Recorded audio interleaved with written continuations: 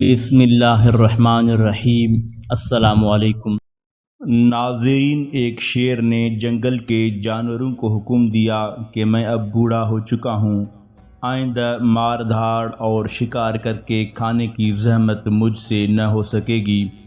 میرا حکم ہے کہ فلاں غار میں ہر روز تم خود ہی کسی جانور کو منتخب کر کے میرے پاس بھیج دیا کرو تاکہ میں بیٹھے بٹھائے اپنا شکار کھا لیا کروں۔ جانوروں نے شاہی حکم پا کر ہر روز کسی جانور کو منتخب کر کے اس غار میں بھیجنا شروع کر دیا۔ 10-15 دن کے بعد لومڑی کا نمبر آ گیا اور غار میں اسے جانا پڑ گیا۔ چلتے ہوئے لومڑی نے سارے جانوروں سے کہا کہ اللہ نے چاہا تو آج تم سب کی مشکل دور کر کے آؤں گی، دعا کرتے رہنا۔ آج میرا ارادہ شیر کو ختم کر کے آنے کا ہے۔ جانور حیران و پریشان ہو گئے کہ یہ کیا کہہ رہی ہے۔ لومڑی چلی گئی اور وقت مقرر سے بالارادہ کچھ دیر سے غار میں پہنچی۔ شیر نے غصہ میں پوچھا کہ دیر سے کیوں آئی ہو؟ لومڑی نے جواب دیا، حضور ہم 2 بہنیں تھیں اور ہم دونوں ہی آپ کے راشن کے لیے آ رہی تھیں کہ راستے میں ایک اور شیر مل گیا۔ اس نے زبردستی میری بہن کو پکڑ لیا اور کہا کہ اسے میں کھاؤں گا، اور اسے ساتھ لے گیا۔ میں نے بہت کہا کہ ہم دونوں اپنے بادشاہ کی خوراک ہیں، مگر حضور وہ تو آپ کو بھی کچھ نہ سمجھتا تھا اور آپ کی پرواہ کیے بغیر میری بہن کو لے گیا۔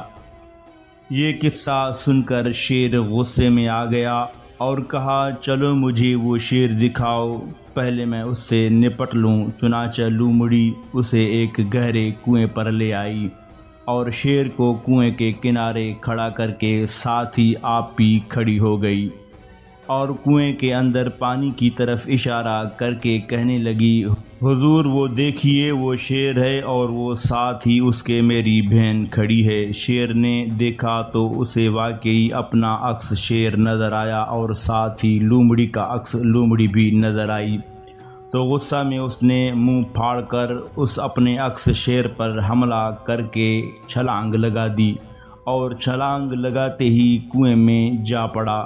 لومڑی نے کنارے پر سے کہا، بادشاہ سلامت، بندی سلام مرد کرتی ہے، افسوس کہ آپ کا آخری وقت آ پہنچا ہے۔ یہ کہہ کر لومڑی واپس چلی گئی اور شیر کنویں میں ڈوب کر مر گیا۔